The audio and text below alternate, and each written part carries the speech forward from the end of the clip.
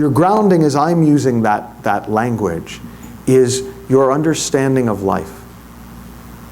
It's your connection to life. It's how life occurs to you, what life looks like to you, and the relationship with life that evolves out of that understanding. And so we all have a grounding. And it's not so much more grounding or less grounding, though we sometimes use language like that in terms of deeper grounding. It's a deeper grounding in an understanding of what's really going on. So deeper, in this case, just means more accurate. And that's kind of the game we're in. It's like trying to get a more accurate sense of what's really going on.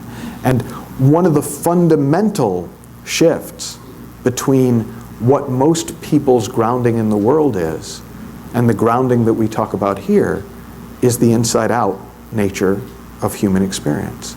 Is that most people in the world think that experience happens out there, and I take it in and I interpret it and then I do something with it. So it's an outside in. What happens out here creates my experience in here, and then I can filter it and I can mess with it a little and I can change my thinking about it sometimes and do stuff with it. But it's essentially coming at me, I'm doing what I do with it, and then I'm responding to it. And so the mind is like a camera with different filters that I can put on it. What the inside out understanding proposes, points to, what I have come to see is true, is that the mind is more of a projector than a camera.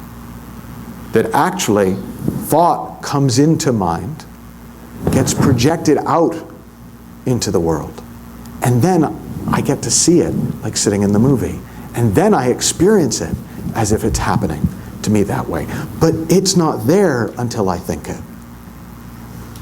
So one of the ways that first occurred to me, how different that was I was thinking about denial, right? About being in denial. Oh, you know what? You know, if you don't think about the problems, you're in denial. Well, if the mind is a projector, that's not true. When I'm not thinking about it, it doesn't exist. It exists because of thought. Now, this can easily start getting really metaphysical and really better done over a pint after the seminar. Do you know what I mean? In other words, I wouldn't want this to start, somebody to go, yes, but blah, blah, blah. I can't speak to it at that level. I can speak to it as best I can, sort of experientially, how I experience it, and metaphorically as it looks to me.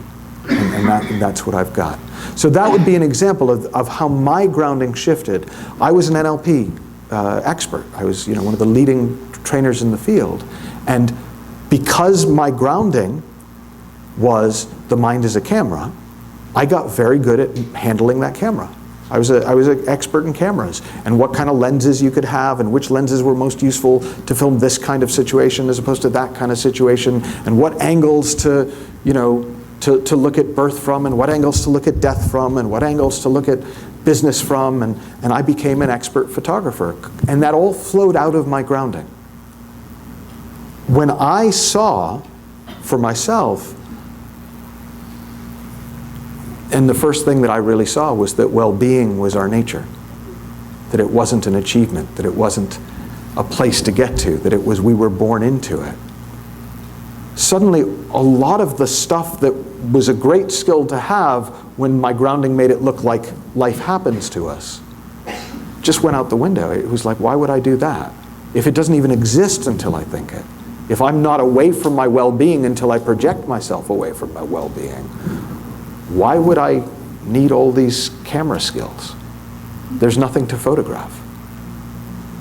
And so as my grounding changed, naturally out of that, my behavior changed. I didn't try to change my behavior to be more principally. It was just the world didn't look like that to me, so why would I do that?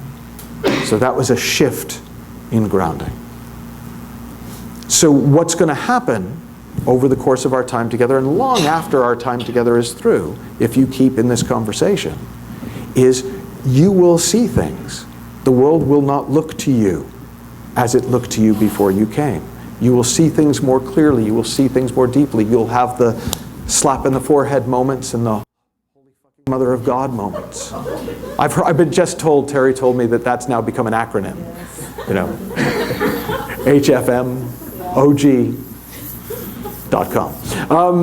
You know, but you know, and that will happen. And then you won't need to work on changing your behavior, because your behavior will automatically change because the world occurs to you differently. And so that's why I think there's an incredible value in talking about grounding, focusing on grounding, and bringing the conversation back to grounding again and again and again. And what I'll be sharing with you is my grounding, whether I want to or not. And what you'll be sharing with your clients is your grounding.